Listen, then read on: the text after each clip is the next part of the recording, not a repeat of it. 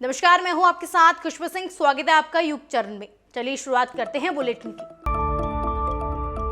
पंजाब सरकार ने विपक्षी नेताओं द्वारा उठाए गए कर्ज के मुद्दे को झूठा प्रचार करार दिया है। वित्त मंत्री हरपाल सिंह चीमा ने कुल कर्ज का उल्लेख करते हुए वर्तमान राज्य सरकार द्वारा कर्ज के रूप में उठाए गए पैसों का विवरण दिया। उन्होंने बताया कि पिछली अकाली भाजपा और कांग्रेस के नेतृत्व वाली राज्य सरकार द्वारा लिए गए कर्ज के ब्याज के रूप में 27,000 करोड़ रुपए का भुगतान किया गया है। उन्होंने पंजाब के राज्यपाल बनवारी लाल पुरोहित से केंद्र सरकार से 8,145 करोड़ रुपए का बकाया दिलाने में राज्य सरकार की मदद करने की भी अपील की। पंजाब भवन में प्रेस कॉन्फ्रेंस करते हुए वित्त मंत्री हरपाल सिंह चीमा ने पिछले 1.5 साल के दौरान पंजाब पर चढ़े 47,109 करोड़ रुपए के कर्ज के जवाब में 48,530 करोड़ रुपए का हिसाब दिया।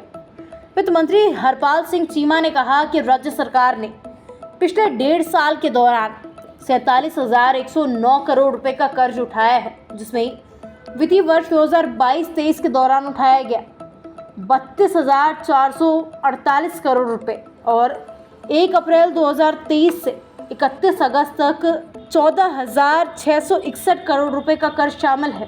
उन्होंने कहा कि इसमें से 27,106 करोड़ रुपए पिछली अकाली भाजपा और कांग्रेस नीति राज्य सरकारों द्वारा उठाए गए कर्ज पर ब्याज के रूप में दिए गए थे। पश्चिम बंगाल में डेंगू के बढ़ते मामलों को लेकर कांग्रेस सांसद अधीर रंजन चौधरी ने तृणमूल कांग्रेस चीफ और राज्य की सीएम ममता बनर्जी पर निशाना साधा। अधीर रंजन चौधरी के इस बयान पर अब टीएमसी ने पलटवार किया है। टीएमसी नेता कुणाल घोष ने अधीर रंजन चौधरी और बंगाल कांग्रेस को विपक्षी दलों के गठबंधन इंडिया की सीमा में रहने की हिदायत दी।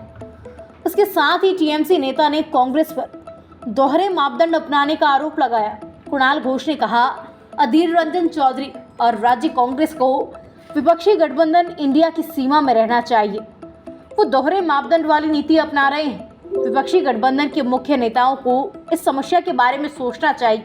उन्होंने कहा कि ममता बनर्जी और अभिषेक बनर्जी विपक्षी गठबंधन इंडिया और कांग्रेस के मुख्य नेताओं का सहयोग कर रहे हैं। घोष ने आगे कहा कि पश्चिम बंगाल में कांग्रेस नेतृत्व सीपीआईएम के साथ गठबंधन कर बीजेपी की मदद कर रही है, जो बीजेपी टीएमसी को परेशान करने का काम कर रही है। प्रधानमंत्री नरेंद्र मोदी ने मंगलवार को G20 यूनिवर्सिटी कनेक्ट फिनाले कार्यक्रम में लोगों को संबोधित किया। उन्होंने इस दौरान कहा कि भारत की रेंज का कोई मुकाबला नहीं है। पीएम मोदी ने कहा, आप किसी भी अवसर को मामूली मत समझें। हमने इसी अप्रोच के साथ G20 को इतना बड़ा बनाया। भारत की विविधता और लोकतंत्र ने G20 को नई ऊंचाई पर पहुंचा दिया। उन्होंने कहा, G20 शिखर सम्मेलन की सफलता पर आश्चर्य नहीं हुआ। जब युवा किसी कार्यक्रम से जुड़ते हैं तो सफलता निश्चित होती है। पीएम मोदी ने कहा, G20 के आयोजन को भारत ने जिस ऊंचाई पर पहुंचा दिया, उसे देखकर पूरी दुनिया आश्चर्यचकित है। मैं बिल्कुल हैरान नहीं हूँ। आप कहते होंगे कि क्या कारण है, क्योंकि जिस कार्यक्रम को सफल बनाने का बीड़ा आप जैसे छात्र उठा लेते हैं, उनका सफल होना तय हो जाता है। पीएम मोदी ने कहा, हम दुनिया की सबसे तेजी से बढ़ने वाली अर्थव्यवस्था है। भारत पर दुनिया का भरोसा बुलंद है। भारत में निवेश रिकॉर्ड स्तर पर पहुंच गया है। हमारा निर्यात और आयात रिकॉर्ड बन रहा। उन्होंने दावा किया कि पिछले 5 साल में 13.5 करोड़ से ज्यादा लोग गरीबी से बाहर आए हैं। मध्य प्रदेश में होने वाले विधानसभा चुनाव को लेकर भारतीय जनता पार्टी की तरफ से तैयारियां तेज कर दी गई है।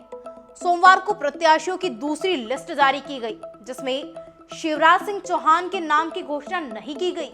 इस बीच मीडिया खबरों में ये बात सामने आई कि मुख्यमंत्री शिवराज सिंह चौहान की टिकट की घोषणा नहीं कर भारतीय जनता पार्टी शायद उन पर शिकंजा कसना चाह रही है।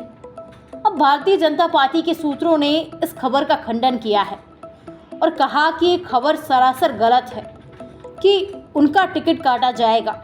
बीजेपी सूत्रों की तरफ से कहा गया कि अभी तक जो सीटें घोषित की गई, उनमें अधिकांश पिछले चुनाव में हारी हुई है। केंद्रीय मंत्रियों और सांसदों को कुछ कमजोर सीटों पर उतारने के पीछे मंशा यही है कि इन्हें हर हाल में जीता जाए। इसमें सामूहिक नेतृत्व का संदेश भी जाता है। यह भी कि चुनाव में बीजेपी के जीतने पर इनमें से कोई भी सीएम बन सकता है। इससे वो इन सीटों को जीतने पर पूरा जोर लगाएंगे और आसपास की सीटों पर भी सकारात्मक असर होगा।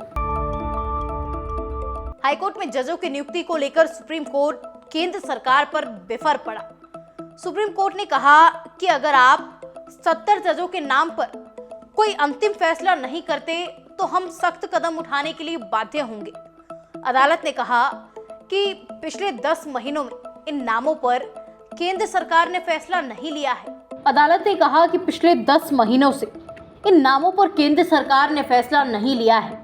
सुप्रीम कोर्ट ने केंद्र सरकार से कॉलेजियम द्वारा सुझाए 9 नामों पर सवाल पूछने के साथ ही 7 दूसरे नामों पर भी सवाल दागा। जो जजों की पीठ, जिसमें सुधांशु धूलिया भी शामिल है, उन्होंने अटॉर्नी जनरल से सवाल किया कि पिछले 7 महीनों में कुछ नहीं हुआ। बता दें कि 7 महीने पहले इस विषय पर सुनवाई हुई थी। जजों की नियुक्ति के संबंध में जस्टिस संजय किशन कौल ने कहा कि उनके पास कहने के लिए तो बहुत कुछ है, लेकिन वो अपने आप को रोक रहे हैं। वो इस विषय पर इसलिए चुप है क्योंकि अटॉर्नी जनरल ने जवाब दाखिल करने के लिए 7 दिन का समय मांगा है, लेकिन अगली बार वो चुप नहीं रहेंगे। अदालत ने कहा कि इस विषय पर वो हर 10 दिन बाद पूछताछ करेंगे। जब तक अंतिम रूप से मामले का निस्तारण नहीं हो जाता, तब तक इस मामले में 9 अक्टूबर को सुनवाई होगी। ऐसी तमाम खबरें देखने के लिए सब्सक्राइब कीजिए हमारे चैनल को और यूं ही बने रहिए युग चरण के साथ।